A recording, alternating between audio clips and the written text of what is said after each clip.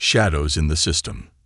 The cracked sidewalk stretched ahead like a worn-out road map, each fracture filled with bits of weeds and forgotten candy wrappers. The sun had long since dipped below the horizon, leaving behind a dusky orange streak across the sky that was quickly swallowed by the encroaching night. Tiana Matthews walked alone, her worn sneakers scuffing against the concrete, her backpack hanging heavy against her back. The faint grease scent of Millie's diner clung to her hair and clothes, mingling with the cooling autumn air. She rubbed her fingers together, still gritty from counting out tip money in the back room. $82 tonight. Enough to chip away at the towering mountain of college application fees she'd been saving for. Not enough to make her dreams feel within reach. She crossed Mason Street, the air humming with the distant thrum of passing cars. The neon flicker of a liquor store sign illuminated the sidewalk ahead, casting Tiana's long shadow before her like a warning. She was used to this walk, the tension in her shoulders, the automatic glance over her shoulder every few steps. It was just part of life on the south side of Brookmont, where the streetlights were too far apart, and the silence held secrets. When the slow crawl of headlights crept up behind her, she told herself it was nothing. Just a car driving through. Maybe someone looking for parking. Her fingers curled tighter around the strap of her backpack, the zipper jangling slightly. The engine's low growl grew louder, and her heart began to match its rhythm. The police cruiser's spotlight suddenly blazed to life, flooding the sidewalk with harsh white light. Tiana froze, squinting into the glare. Hands where we can see them. Down on the ground. Now. The command sliced through the night like a whip. For a moment, Tiana couldn't move, her brain stumbling over itself to process the sudden shift from quiet evening to surreal nightmare. A second officer barked orders, his voice less refined, but no less forceful. On the ground. Now. Tiana's knees hit the concrete hard, sending a jolt up through her legs. Gravel dug into her palms as she placed them flat against the sidewalk. The shadowed figures of the officers loomed over her, their boots mere inches from her fingers. Please, what's happening? I didn't do anything. Her voice cracked, barely above a whisper, but the officers weren't listening. Rough hands yanked her backpack off, its zipper tearing open as its contents spilled across the sidewalk. Textbooks, grease-stained work notes, and her envelope of carefully saved tip money fluttered across the pavement. Armed robbery, one officer said, his voice sharp and clinical. Suspect matches your description. What? I just got off work. I've been at Millie's since 4. Tiana's voice rose, trembling with disbelief and fear. But her alibi meant nothing. Cold metal snapped around her wrists, too tight, biting into her skin. The officer, a heavy-set man with cropped gray hair, hauled her to her feet and pushed her against the patrol car's hood. The metal was still warm from the engine, and her cheek pressed hard into the steel. Please, you can call my boss. They'll tell you. Quiet. The officer's knee nudged her ankles apart, his hands roughly patting down her pockets. Her house key clattered to the ground, followed by a cherry lip balm, a birthday gift from her little sister, Kayla. The small plastic tube rolled into the gutter, vanishing into darkness. Tiana's breath came in shallow gasps, her heart hammering so loudly she couldn't hear her own thoughts. The familiar street, her normal walk home, had twisted into something unrecognizable, a battlefield where her innocence meant nothing. The doors to the cruiser closed behind her with a solid, suffocating finality. Through the reinforced glass, she watched her spilled belongings grow smaller as the car pulled away, leaving her life scattered on the sidewalk like discarded scraps. The police station's fluorescent lights burned overhead, pale and sterile, flickering slightly like they were on the verge of giving up. The station smelled like cold coffee, sour sweat, and something chemical that clung to the back of her throat. Tiana's wrists throbbed beneath the handcuffs as they marched her through processing, her name mispronounced, her voice too soft to correct them. Stand here, barked a female officer, her eyes dull with routine. The camera flashed, once, twice, 3 times. Tiana blinked against the bright burst, her face frozen in fear and disbelief on the screen. They fingerprinted her next, rolling her fingers through black ink and pressing them onto the card with mechanical indifference. The ink stuck beneath her nails, refusing to come off no matter how hard she rubbed her fingertips together. In the holding cell, the metal bench was cold and unyielding. 3 other girls shared the space, their eyes flickering toward Tiana with a mixture of boredom and vague curiosity. One girl, no older than 14, had her arms wrapped around her knees, rocking slightly, whispering to herself. Tiana stared at the opposite wall, her mind racing in circles she couldn't break out of. This couldn't be happening. Any minute now, someone would realize the mistake. They'd call Millie's. They'd check the security footage. They'd let her go. But the minutes stretched into hours, and no one came. No one asked questions. No one cared. A guard eventually sauntered by, chewing gum lazily. "You get one call," he said, unlocking the door. Tiana's fingers trembled as she picked up the phone. The dial tone buzzed in her ear, loud and ominous. Her first thought was her mom. But the panic in her throat stopped her. Her mom would shatter under this. She needed someone who could fix things, someone who knew how to fight. Her fingers punched in the number she hadn't called in months. It rang once, twice. Then a familiar, deep voice answered, calm and commanding despite the late hour. Attorney General's office. Charles Matthews speaking. Tiana's breath hitched. Her father's voice had always been a steady anchor in the storm, but they hadn't spoken much since the divorce. Still, this was her only chance. "Dad," she whispered, tears flooding her eyes. "It's me. Please, they arrested me. I didn't do anything." There was a pause, just long enough to terrify her. And then his voice sharpened into a tone she remembered from TV interviews and courtroom speeches. "Where are you?" She barely choked out the name of the precinct before the line went dead. The holding cell door clanged open less than an hour later. Tiana's heart pounded in her chest as 2 new officers entered, not the sneering local cops who'd brought her in, but sharply dressed federal agents, their faces unreadable. "Miss Matthews," one said, his voice clipped but respectful. "You're coming with us." Confused, she stumbled to her feet, every muscle stiff from hours on the metal bench. They led her down the corridor, past the curious stares of other detainees, and into a small windowless room where a tall figure stood with his back to her, his posture rigid. He turned, her father, Charles Matthews. His tie was loosened, his suit wrinkled at the cuffs, but his eyes were blazing with fury. Tiana's throat closed. She'd seen him angry before, at press conferences, during debates, but never like this. He crossed the room in 2 steps, pulling her into a firm embrace. For the first time since the police lights had flashed, she let herself cry. "Don't worry, baby girl," he said, his voice low and fierce. "They just framed the wrong damn girl." And with that, the storm truly began. The power behind the curtain. The hum of the black SUV's engine filled the air as it idled outside the precinct. Tiana sat in the back seat, her fingers curled into fists against her knees, her head still spinning from the sudden shift from terror to temporary safety. The seat belt across her chest felt more like a leash than a safety measure, as if the weight of the night still clung to her, no matter how far from that cell she now was. In the driver's seat, her father, U.S. Attorney General Charles Matthews, was silent. His face was a study in restrained fury, the kind of anger sharpened by years spent inside courtrooms where men in suits traded lives for deals. The digital glow of his phone flickered in his hand, texts and calls firing off like gunshots.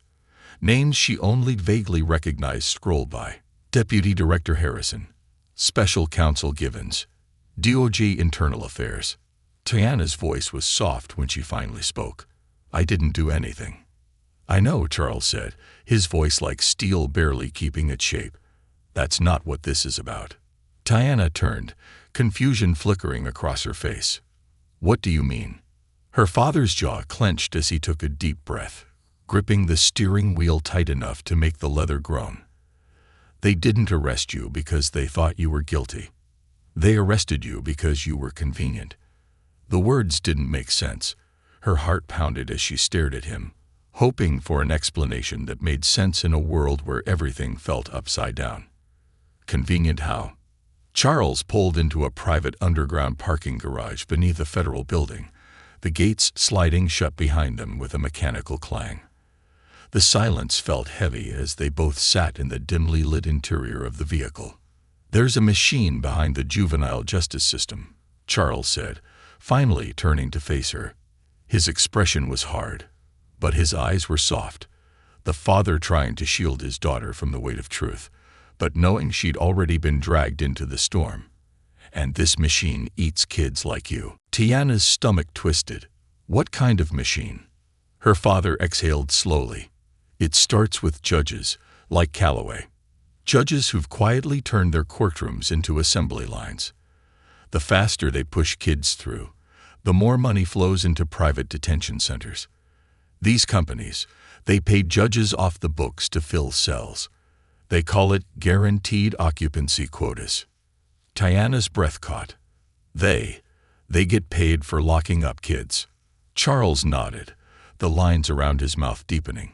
"Thousands per head. Black and brown kids, especially. Kids with no connections, no resources. Easy to frame, easy to discard." Her hands were trembling now. "But why me?" His silence said it all. Tiana's voice broke when she whispered, "Because of you." His jaw tightened. "They weren't just framing you for the carjacking, Tiana. They wanted leverage, a way to shut me up. I've been looking into this system for months. And they knew. Framing you was a message." Tiana couldn't breathe. The idea that she wasn't even a person to them, just a pawn, a pressure point to use against her father, made her stomach churn. "Who are they?" she asked, her voice small. "The judge, the detention centers, and the people above them. Investors, politicians, even members of law enforcement." Charles' eyes darkened. "Some of these people I used to work with." Tiana leaned back in the seat, her head resting against the cold window.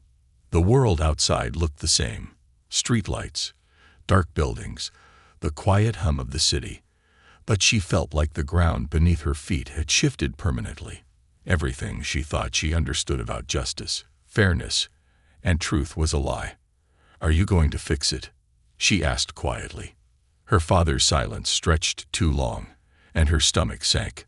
"I'm going to try," he said at last. "But it's bigger than just us now." The sterile walls of Charles' home office were covered in maps, files, and sticky notes, each thread tracing the outlines of a conspiracy too large to fully comprehend in one glance. Tiana stood in the doorway, her arms wrapped around herself as her mother, Denise, paced nearby. Denise's voice cracked with worry. How could they just take her off the street like that, without any evidence? "Because they can," Charles said, his voice low with fury. "That's how the system is built." Denise's hands trembled as she pressed them to her chest. "But you're the Attorney General." "Doesn't matter," Charles said, bitter. "The system doesn't care who you are once you're inside." Tiana's mind raced back to the cold floor of her cell, the flickering fluorescent lights, the blank stares of the other girls. How many of them were there because someone needed their bed filled? How many mothers were still waiting by the phone, thinking it was all just a mistake? She stepped further into the office, her voice louder now. "What do? We can't just leave them there." Charles's gaze settled on her. There was something in his eyes she hadn't seen before, pride and grief, blended into a hard resolve. "We don't leave them," he said simply. "We expose them." Tiana's throat tightened. "How?" Her father flipped open a thick file, the pages spilling out across the desk. Photos, bank records, surveillance stills, each one a tiny piece of the puzzle, each one another life consumed by the system. "We start with Calloway," Charles said. "He's the face of this operation in Brookmont. But there's more, so much more. A knock at the door interrupted them. David Carter, Charles' senior investigator, stepped inside, his face pale and drawn. "We have a problem," David said. "More than one," Charles muttered. "What now?" David held up his phone. "Someone inside Greystone knows we're looking. They've already started covering their tracks." Tiana's stomach clenched. "What do you mean?" "Witnesses disappearing. Surveillance footage wiped. Paper records shredded." David's voice was tight. "They're cleaning house." Tiana thought of the girls back in the holding cell, the ones who hadn't been lucky enough to make a phone call to the Attorney General. "They're trying to erase it," she said softly. Charles stood, his chair scraping against the floor. "We have to move fast," he said, turning to Tiana. "I need you to tell me everything about that arrest. Every word, every moment. We need to show this isn't just a mistake. It's part of a pattern." Tiana took a shaky breath, forcing herself to relive it. The headlights, the cuffs, the hand shoving her face into the car's hood. She told them everything, her voice trembling at first, then growing stronger with every detail. When she finished, the room was silent. "We'll file an injunction," David said. "Demand they preserve all evidence related to her case." "It won't be enough," Charles said. "They'll bury it if they can." Denise stepped forward, her hands trembling but her voice strong. "Then we don't just fight in court." Charles frowned. "What do you mean?" "We fight in the light." Denise's eyes met her daughter's. "We tell their story. We tell all their stories." Charles hesitated. "It'll make her a target." "She already is," Denise said fiercely. Tiana straightened. "I want to do it." Her parents' eyes met. A wordless conversation passed between them. Finally, Charles nodded. "Then we start now," he said. "We fight." Tiana's fingers curled around the edges of the worn file folder. In that moment, the fear, the anger, the helplessness, it all crystallized into something sharper, something harder. They had tried to frame the wrong girl. And now she was going to burn their whole system down. Cracks in the foundation. The morning sun broke across the windows of the Matthews home, but there was no sense of peace within its walls. The house felt too quiet, though tension hummed in the air, thick enough to choke on. Tiana sat at the kitchen table, her untouched bowl of oatmeal slowly congealing in front of her. Denise stood at the sink, her hands mindlessly scrubbing a plate that had been cleaned 5 minutes ago, her eyes distant, her shoulders tense. Charles stood at the head of the table, phone to his ear, his suit jacket tossed over the back of a chair. His tie hung loose around his neck, a rare sign of vulnerability in a man who usually kept every inch of himself polished and controlled. "Governor's office won't touch it," Charles muttered, pacing. "They're dodging my calls." He paused, listening to whatever was being said on the other end, his jaw clenching tighter. Of course they are. Calloway has friends everywhere. Tiana's stomach turned at the mention of that name. Judge Richard Calloway, the man who had smiled down from the bench like a king addressing peasants while he sentenced her to years in juvenile detention without blinking. His silver hair had gleamed under the courtroom lights, his polished nails tapping impatiently as her public defender stammered through a half-hearted argument. Just thinking about him made her skin crawl. The night after her arrest played in loops in her mind. The cold handcuffs, the hard bench, the girls curled up on the cell floor like discarded trash. She had been lucky. She had a father with power. But what about the others? The girls whose fathers weren't the Attorney General. She pushed the oatmeal away, appetite gone. Any word from Maya? Denise asked softly, breaking the silence. "She's gathering more," Charles replied, lowering the phone for a moment. "The story's going national by tonight, but that won't be enough." "Why not?" Tiana's voice cracked into the room. Her father's eyes softened slightly as he turned toward her. "Because this isn't just Calloway.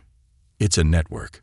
Calloway's the face, but there are judges in other counties, wardens, prison contractors, even clerks greasing the wheels. You're not just fighting a man. You're fighting a system that spent decades hiding its tracks. Tiana's heart pounded painfully in her chest, but she forced herself to meet her father's eyes. So we dig deeper. We will, Charles said. But we need more than headlines. We need evidence no one can ignore. A knock at the door interrupted them. Denise wiped her hands on a dish towel, crossing the room with hesitant steps. Through the peephole, the flash of a journalist's press badge gleamed under the sunlight. More reporters, Denise whispered. Tiana stood. Let me talk to them. Her parents exchanged worried glances, but Tiana was already heading for the door. When Denise opened it, the young reporter, barely older than Tiana herself, clutched a notepad, eyes wide with cautious excitement. Tiana Matthews, the reporter asked. Tiana took a deep breath and nodded. Can we talk? Off the record, if you want. The girl swallowed nervously. Your story matters. Tiana stepped outside, closing the door behind her. The air was cold, but her skin was hot with adrenaline. You want to know my story, she said quietly. Then listen. The story poured out of her. The shift at Millie's diner, the walk home, the blinding police lights. The cuffs, the holding cell, the judge's smirk as he condemned her without a shred of evidence. The fear, the helplessness. The girls she left behind, some no older than Naomi, locked away like animals. The reporter scribbled furiously, her pen barely keeping up. Her hands trembled as she flipped the page, but her eyes never left Tiana's. They never even looked at the facts, Tiana said, her voice hardening. It wasn't about guilt or innocence. It was about filling a bed at Greystone. The reporter hesitated. Do you know why they targeted you specifically? Tiana's jaw tightened. Because my dad's the Attorney General, and they wanted to hurt him. A shadow passed over the reporter's face, horror mixed with fascination. Do you think this happens to other kids? Tiana's heart clenched. I know it does, and I'm going to prove it. Inside the house, Charles stood at the window, watching the interview unfold. David Carter sat nearby, his laptop open, files spread across the coffee table like battlefield plans. Did you get the leak? Charles asked without turning. David nodded. Calloway's clerk is ready to talk, but only if we can guarantee protection. We'll get it, Charles said. David hesitated. There's more. Some of the evidence we're gathering. It's tying back to private prison contractors, campaign donors, political allies. Charles finally turned, his eyes dark with understanding. They're protecting Calloway to protect themselves. David nodded. And they're getting desperate. I've already had my office swept twice. Our phones may be compromised. Let them listen, Charles said, voice low and sharp. Let them know we're coming. That night, Tiana sat at her desk, Sasha's handwritten letter spread open beside her laptop. Her fingers hovered over the keyboard as she drafted a letter, not to Sasha, but to every girl still locked inside Greystone. Dear sisters, I see you. I haven't forgotten you. And I'm coming back for you. Hold on. Tiana. She saved the file, her fingers shaking slightly, then logged into a newly created email account her father's legal team had set up for her protection. One by one, she added names, girls she remembered from the cell block, names scrawled into bathroom walls, whispered in the dark when the guards weren't listening. The letter would reach them somehow, even if she had to print it herself and slip it under Greystone's gates. Her phone buzzed with a text from Naomi. Are you okay?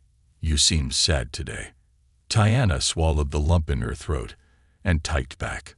I'm okay. Just thinking about the other girls. Naomi's reply came fast. When you get them out, can they come over for pizza? Tiana smiled through tears. Yeah, they'd like that. The next morning, Maya Reynolds arrived at the house, her camera crew setting up in the living room. Tiana sat on the couch, her hands folded tightly in her lap, Denise's arm around her shoulders. Charles stood behind them, a silent pillar of strength. Maya's questions were gentle but direct. Tiana, What do you want people to know? Tiana took a deep breath, her voice clear and steady. That I was lucky. Most kids like me. They don't have a father in power. They don't have anyone to call. They get lost. Forgotten. Maya leaned forward. And what do you want to say to Judge Calloway? Tiana's eyes burned, but her voice never wavered. I want him to know that no matter how much money he makes, no matter how many lives he ruins, the truth is coming. And so am I. The interview aired that night. By morning, Tiana's name was trending, her face on every major network. But the messages that mattered most weren't from reporters.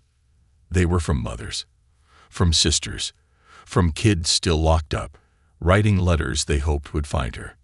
We believe you. Please help us. Tiana printed each one, adding them to the growing folder on her desk. She didn't know exactly how she was going to do it, but she knew one thing. She was going back for them. And this time, she wasn't afraid. Fire in her veins, the hum of the television filled the Matthews living room, blending with the low rustle of papers and the faint clatter of Naomi's crayons rolling off the coffee table. Tiana sat cross-legged on the couch, her laptop balanced on her knees, the screen a patchwork of news clips, legal documents, and witness statements. Her eyes felt heavy, her muscles stiff, but there was no room for rest, not when the truth was so close. Across the room, Charles stood at the window, foam pressed to his ear. His voice was low, sharp, each word measured like a lawyer constructing a closing argument. I don't care who's protecting him. We're filing that injunction today. Tiana's fingers paused on the keyboard. What's happening now? Charles ended the call, exhaling through his nose, his face tight with frustration. Calloway's lawyers are trying to block the subpoena for his financial records. They're claiming it's a fishing expedition. Tiana's stomach nodded. It's not fishing if we already know where the bodies are buried. He managed a tired smile. True, but they're betting that if they delay long enough, the public will move on. Tiana shook her head, her jaw tight. I'm not moving on. Neither was the nation. Overnight, her interview with Maya Reynolds had exploded, not just on national news, but across social media. The hashtags were everywhere. Hashtag Justice for Tiana. Hashtag Kids Aren't For Sale. Hashtag Calloway Conspiracy. More than that, other families were coming forward, parents whose children had been swallowed by the system, their voices silenced until now. Every hour, new emails flooded into the account Charles' legal team had set up for Tiana. Letters from mothers, sisters, even former Greystone guards too afraid to speak publicly but desperate to unburden themselves. Tiana had read every single one. There was the mother whose 14-year-old son had been given 3 years for shoplifting a pair of sneakers. The honor student sentenced to juvenile detention after defending herself in a schoolyard fight. The boy with autism locked away because the school resource officer feared for his safety. Each story carved another scar into Tiana's heart, fueling the fire in her veins. This isn't just about me, she said quietly. We have to blow the whole thing open. Charles sat down beside her, his hand resting lightly on her knee. We will, he promised. But you need to be careful. The more noise we make, the more dangerous they become. Tiana swallowed hard. They already tried to disappear me once. They don't scare me. But that wasn't entirely true. Every time she closed her eyes, she was back in that cell. Cold, hungry, powerless. The guards' mocking laughter echoed in her ears, mingling with the whispers of the other girls, their hopes so fragile it could shatter under a breath. She couldn't let herself be afraid. Not when they were still in there. The family's front porch had become a shrine to both hope and fear. Letters, flowers, and signs from supporters covered the steps, while reporters hovered at the curb, cameras ready to capture every movement. Denise kept the curtains drawn most days, her anxiety gnawing at her with every passing headline. But Tiana didn't hide. That afternoon, she stood on the porch, reading the latest letter from Sasha, a note smuggled out by a sympathetic guard whose cousin had seen Tiana's interview. The paper was crumpled, the ink smeared in places, but the words were clear. They're punishing us because of you. Guards are cracking down, searching our cells every night. But we're proud of you. Don't stop. Don't forget us. Tiana's fingers curled around the letter, her nails biting into the paper. They're hurting them, she whispered. We knew they would, Charles said from the doorway. Calloway and Draper will do anything to protect themselves. Tiana's head snapped up. Then we hit back harder. That night, in Charles' office, the war room took shape. Maps of the state were spread across the desk, each detention center marked with red dots. Beside it, a flowchart traced the money, from private prison investors to campaign donations, from sentencing quotas to bonuses paid to judges. Calloway wasn't alone. He was just the face. At the center of it all was Greystone Juvenile Detention Center, the place where Tiana's nightmare had truly begun. We need internal documents, Charles said, pacing. Contracts, staffing records, incident reports, something that connects Greystone directly to the judges feeding them. Tiana's mind raced. What about the clerk you mentioned? The one willing to talk? David Carter, Charles' lead investigator, shook his head. Gone dark. Either scared off or handled. The word handled hung in the air, heavy with implication. We need someone inside, Tiana said. Charles turned sharply. Absolutely not. But Tiana was already thinking ahead. Sasha could help. If we can get word to her, if she can find someone willing to smuggle documents out. It's too dangerous, Charles said, his voice rising. You don't understand how deep this goes. I understand perfectly, Tiana shot back. I was in there, remember? The room fell silent. Denise, standing in the doorway, her arms wrapped protectively around herself, spoke softly. She's right. The girls inside. They know where the bodies are buried. They see everything. Charles' frustration simmered beneath the surface, but he knew better than to argue when both his wife and daughter stood united. We'll find a way, he said at last. But we do this carefully. Carefully didn't mean slowly. The next day, Maya Reynolds returned with her camera crew, but this time, Tiana wasn't the only voice. Mothers stood beside her, holding photos of their children, the ones sentenced under Calloway, the ones who had disappeared into the machine and never come home the same. They told their stories. The camera rolled. He was just a kid, one mother said, her voice trembling. He took a candy bar. That's all. And they gave him 3 years. 3 years. My daughter had straight A's, another mother said. One fight at school, just one. And they said she was a danger to society. Each story was a nail in Calloway's coffin, but Tiana knew it wasn't enough. The public outrage was building, but they needed evidence, hard, undeniable proof that this wasn't just negligence, but deliberate, calculated exploitation. That proof came in the form of an unexpected email. Subject: They think they buried everything. They didn't. The attached files were a goldmine. Emails between Judge Calloway, Warden Draper, and executives from the private prison company that managed Greystone. They didn't even bother hiding their language. We need another 15 kids this month to hit target. The Matthews girl would be a high-profile win. Make it happen. Keep the sentencing pipeline flowing. Bonuses depend on it.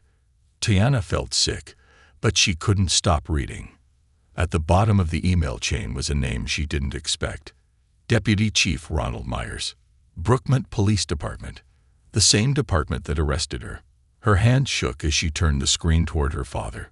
Charles' face darkened, his jaw clenching so hard the muscle jumped beneath his skin. They framed you with help from the inside, he said. They all knew, Tiana whispered. The documents were passed to Maya, who worked through the night preparing the next wave of stories. By morning, the headlines blazed. Judges, police, and private prisons, how a corrupt network profited off innocent children. Outside Greystone, protesters gathered, their chants echoing through the razor wire fence. Free our kids. Shut it down. Inside, Sasha watched from the recreation yard, her heart pounding. A guard barked orders for everyone to go inside, but not before Sasha slipped a folded note into a crack in the concrete. A message for the next girl who might find it. Hold on. Tiana didn't forget us. That afternoon, federal agents raided Judge Calloway's office, boxes of files carried out under the unblinking eyes of the press. But Tiana knew it wasn't over. She stood on her front porch, looking toward the horizon, where Greystone's concrete walls loomed in the distance. They tried to break her. They tried to silence her. Now, they were going to remember her name. Because Tiana Matthews wasn't just fighting for herself anymore. She was fighting for every girl still trapped behind those walls. And this time, she wasn't backing down. When the walls cracked, the din of voices outside the courthouse grew louder, blending into a chaotic chorus that echoed up the marble steps and vibrated the heavy wooden doors. Protesters waved signs. Justice for Tiana. End the pipeline. Free our kids. Their voices rising with the afternoon heat. Tiana stood just inside those doors, her hands clenched into fists at her sides. She wasn't the girl who had stumbled into that police cruiser anymore. She was something sharper now, honed by fear and fury, wrapped in resilience. Ready? Charles asked softly beside her. His suit was immaculate, but there was a tremor in his hand as he adjusted his cufflink. The only sign that even the U.S. Attorney General wasn't immune to the weight of what they were about to do.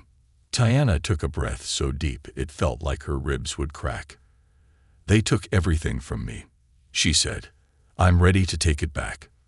The doors swung open, and the press swarmed like a hungry tide. Cameras flashed. Microphones jutted forward. Questions fired from all directions. Tiana, how does it feel to be free? Do you think Calloway will face prison time? What do you say to the other girls still in Greystone? Tiana held up her hand, and the noise died, not from fear, but from respect. They were waiting for her. My name is Tiana Matthews, she said, her voice steady despite the tremor in her fingers. I was kidnapped off the street, framed for a crime I didn't commit, and sentenced to years in juvenile detention because I was convenient, because I was black, because the system is built to profit off kids like me. She took a step forward, the sunlight catching on her braids, her face unflinching. I got out because my dad's the U.S. Attorney General. But what about the girls who don't have a powerful parent? What about the ones who are still in there, the ones they forgot? The crowd hummed on every word. I didn't forget them, she said, her voice cracking slightly. I never will. Behind her, Charles' jaw was set in stone, his arm lightly brushing against hers in silent support. But this was her fight now, her voice, her story. They want us to believe this was a mistake, she continued. That Judge Calloway acted alone. But the truth is, this is bigger than one man. This is a machine, a pipeline, the business that buys and sells black children to fill cells and fund private prisons. The silence after her words was heavy, the weight of truth sinking into the crowd. But we're not for sale, Tiana finished. Not anymore. The crowd erupted. Cheers, chants, fists raised high. And for the first time, Tiana felt something other than fear. She felt power.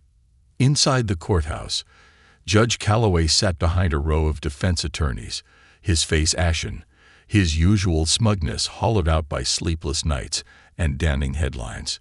Even his expensive suit couldn't hide the faint tremor in his hands as the prosecution prepared to present the mountain of evidence gathered against him.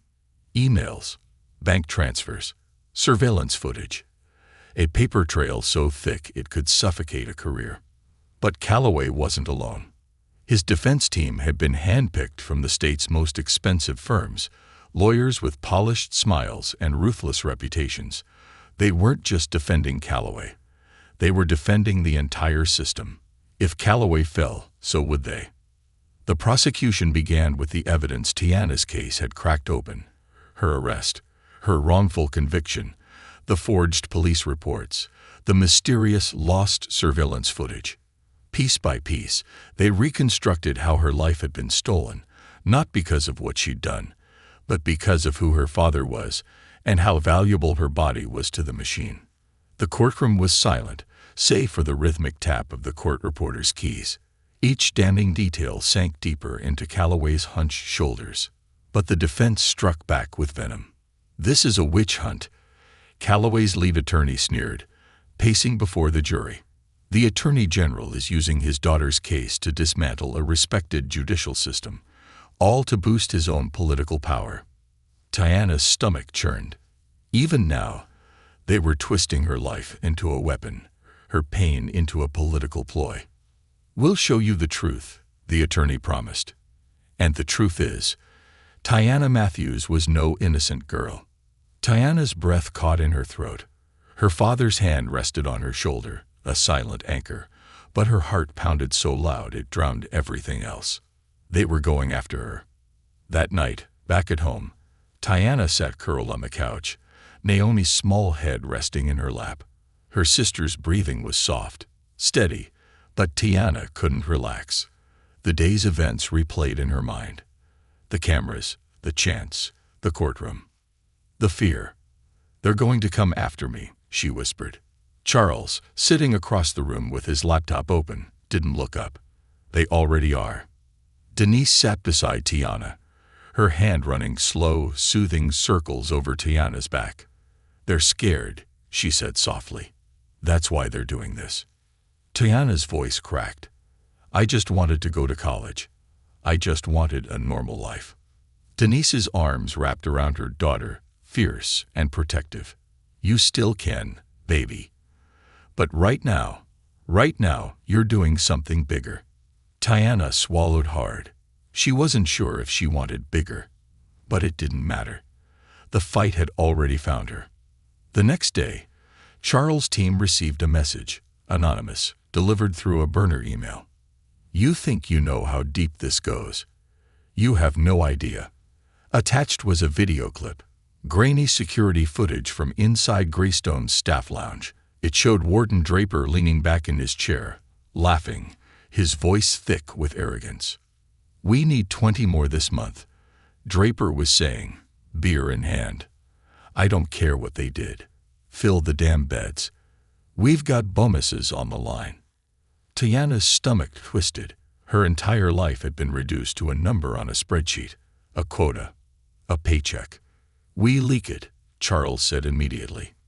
"People need to see." "No." Tiana's voice was soft, but firm. "Not just the video." They turned to her. "We need to tell their stories," she said. "Every single kid they sold. Names, faces, their lives before they were turned into profits." Charles hesitated. "That's going to be painful." "Good," Tiana said. "It should be." Over the next week, Tiana sat with Maya Reynolds, poring over hundreds of case files, piecing together stories that had been buried under legal jargon and sealed records. Each child had a name, a life, a family. There was Malik, the aspiring artist sentenced to 2 years for skipping class to paint a mural in his neighborhood. There was Isabel, arrested at 14 for defending her younger brother from a bully, sent to Greystone for assault. There was Caleb, who'd never had a single disciplinary infraction until the school resource officer accused him of loitering in his own hallway. Their stories weren't isolated. They were a pattern. Tiana's hands shook as she typed, her words becoming both obituary and rallying cry. "They stole our lives. They fed us to the machine. And now we're taking our names back." The national news picked up the series within hours. The faces of the pipeline dominated every channel. The stories humanized the numbers, and they enraged the nation. Protests spread beyond Brookmont. Parents in other cities demanded audits of their juvenile systems. Federal investigations were launched. And inside Greystone, the girls still trapped there saw hope flicker on the staff TV. Sasha stood at the window of her cell, the faint glow of protest fires visible in the distance. She pressed her hand to the glass. "She didn't forget us," she whispered. Tiana stood at the edge of her driveway, the evening air cool against her skin. Naomi ran barefoot in the grass, chasing fireflies. Denise stood in the doorway, watching them with tired eyes but a small smile. Charles joined her, hands in his pockets. "You okay?" he asked. Tiana's eyes stayed on the horizon. "Not yet." She looked up at her father, her voice steady. "But I will be." The system on trial. The courtroom felt colder than the last time Tiana stood in it, but this time, she wasn't the one in chains. Judge Richard Calloway sat slumped in his chair at the defense table, his famous smirk gone, replaced by a waxy, gray pallor. His expensive suit hung a little looser, his hands shaking faintly every time they rested on the table. This was no longer his courtroom. Now it belonged to the truth, and to the people he had spent years crushing beneath his polished shoes. Tiana sat with her family, Denise's hand clasped tightly around hers, Charles sitting on her other side, posture rigid with controlled fury. They had fought too hard to let this moment slip past them. The courtroom was packed, every seat filled with reporters, activists, and families who had lost their children to Calloway's scheme. Some held photos, faded school pictures, graduation portraits never realized, lives derailed for profit. The prosecutor, Sarah Martinez, stood tall and unflinching as she presented the first exhibit, the pipeline. On the screen, a flowchart connected Calloway to Warden Draper, the private prison CEOs, and the web of lobbyists and campaign donors who had profited from every juvenile sentence Calloway handed down. The lines were thick, crisscrossing like veins, feeding money and misery into the same machine.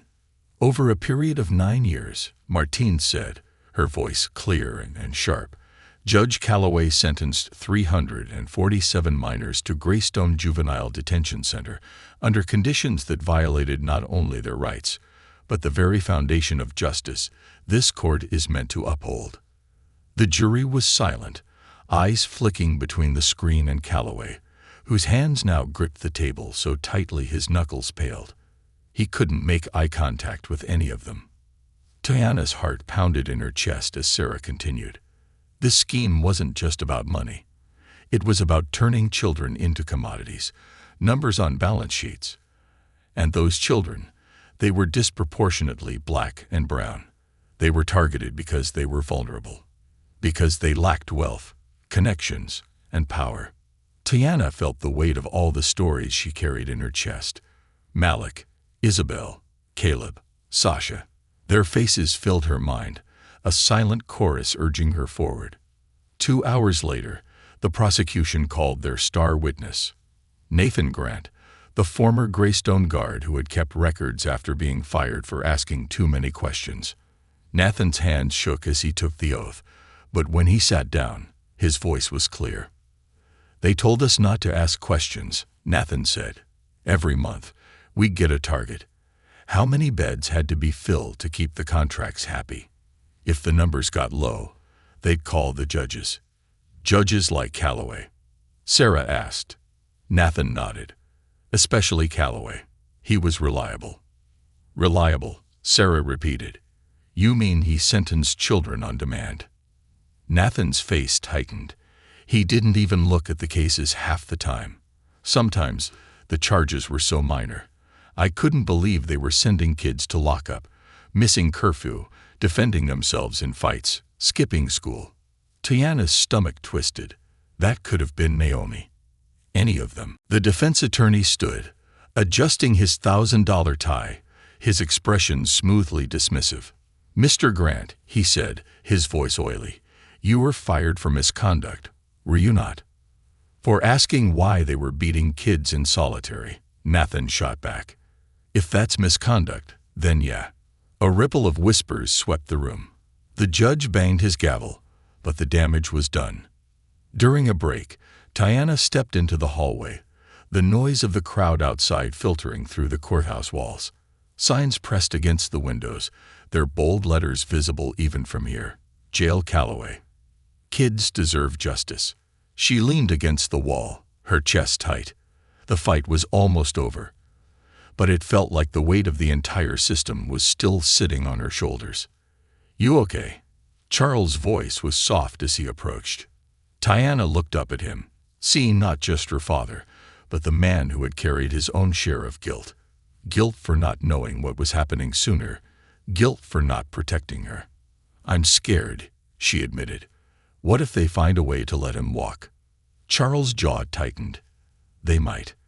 But if they do, we'll still be here. And so will the truth. Tiana's throat thickened. It's not enough. Charles gently placed his hand on her shoulder. Then we make it enough. Back in the courtroom, the prosecution's final witness took the stand, Tiana Matthews. The room hushed. The reporters leaned forward, cameras flashing, as she walked to the witness stand.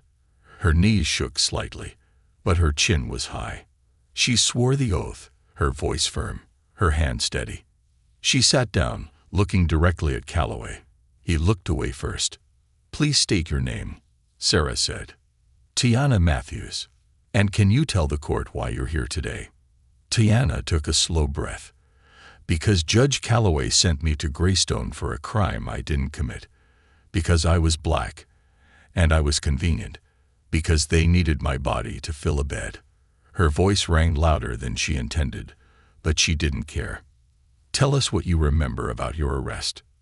She recounted it all. The cold sidewalk, the flashing lights, the rough hands yanking her against the hood of the cruiser.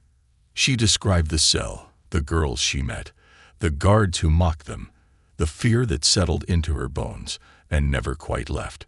Her voice faltered only once, when she mentioned Sasha's letter, smuggled out under the noses of the very people who profited off their misery. She told me not to forget them, Tiana said. So I didn't. The jury was rapt, some with their hands covering their mouths, others scribbling notes. Thank you, Tiana, Sarah said softly. No further questions. The defense attorney stood. Miss Matthews, you understand the power your father holds, correct? Tiana's stomach tightened, but her voice was calm. I know who my father is. You benefited from that power, didn't you? Your release, it wasn't justice, it was privilege. Tiana's hands gripped the sides of the witness box. No, she said sharply. Privilege would have kept me out of Greystone in the first place. The attorney's smile faltered. I got out because my father had power, Tiana continued. But none of this is about me getting out. It's about all the kids who are still in there, the ones with no powerful parents, the ones you sold. The attorney's mouth opened, but no words came. Tiana leaned forward slightly. I got out, but I'm not free until they are. The closing arguments were a blur. The defense tried to paint Calloway as a victim of political persecution, a scapegoat. The prosecution painted him as a linchpin, the rot at the center of a system designed to devour the vulnerable. The jury deliberated for 3 hours. When they returned, Tiana's heart pounded so hard she could feel it in her fingertips. The forewoman stood, her hands trembling slightly as she read the verdict. On the charges of conspiracy, corruption, and violation of civil rights, we find the defendant, Richard Calloway, guilty on all counts. The room erupted. Cheers, tears, hugs. Tiana sagged into her mother's arms, Denise's tears hot against her neck. Charles' arms wrapped around both of them, his own shoulders shaking slightly with the weight of relief. But for Tiana, the fight wasn't over. The next day, she stood outside Greystone's gates, the crowd behind her chanting her name. Tiana held a sign, not for herself, but for every girl still trapped inside. Free them all. The gates stood tall, but they were rusting. And with every voice raised, every story told, every piece of truth dragged into the light, the walls cracked a little more. One day, they would crumble. And when they did, Tiana would be there, holding the door open for everyone.